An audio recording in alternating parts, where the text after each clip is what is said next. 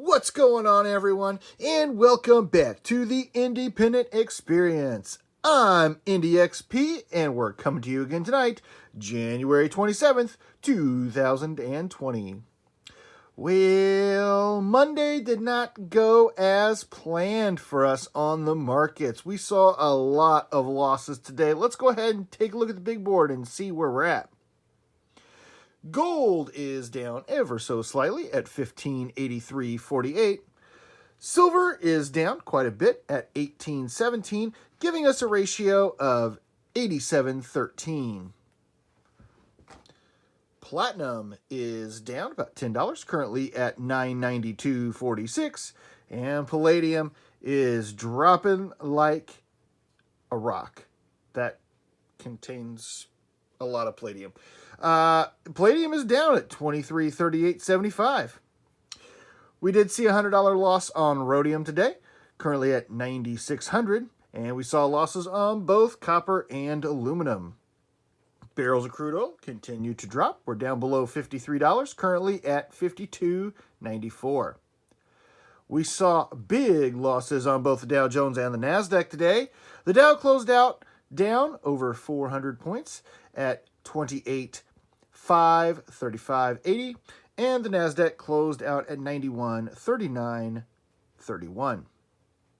If you guys are following the Bitcoin market, you know that all the red elsewhere on the big board means that we're probably going to see some green down at the bottom.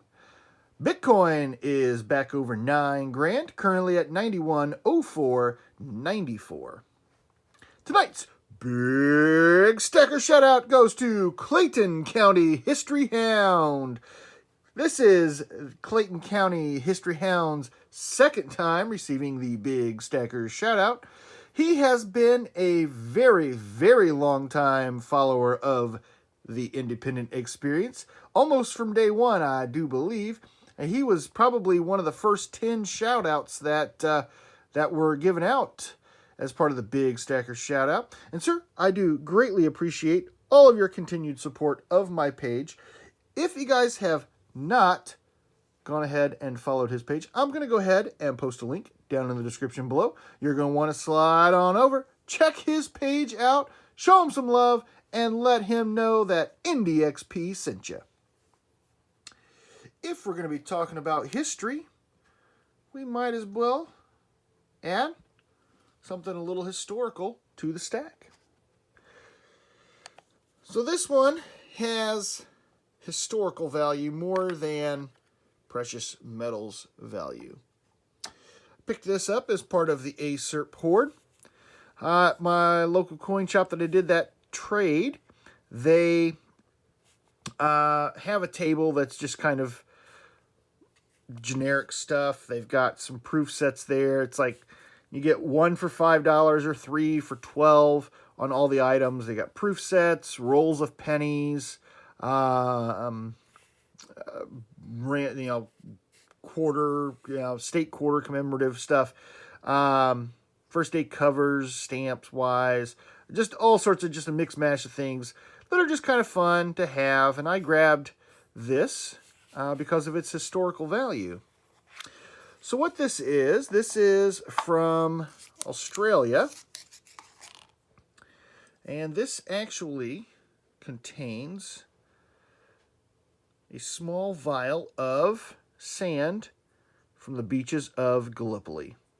If you guys are not familiar with the Gallipoli conflict, this was a World War II battle versus the Allies and the Ottoman Empire. The Battle of Gallipoli actually was the very first battle that Australia was a part of. Australia and New Zealand both took part in the battle. Ultimately was won by the Ottomans. Some say it was a draw, but the Ottomans did unfortunately win that part of the conflict. This side here shows the 1415 star. The 1415 star was a medal that was given to all Australian and New Zealand fighters of that particular conflict.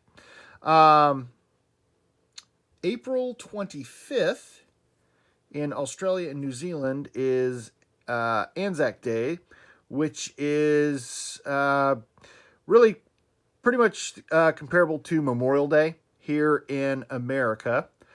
The April 25th is April 25th, 1915 is actually the day that Australian forces first landed in Gallipoli as part of the battle. And so that's why they chose that day to celebrate their version of Memorial Day, the Anzac Day.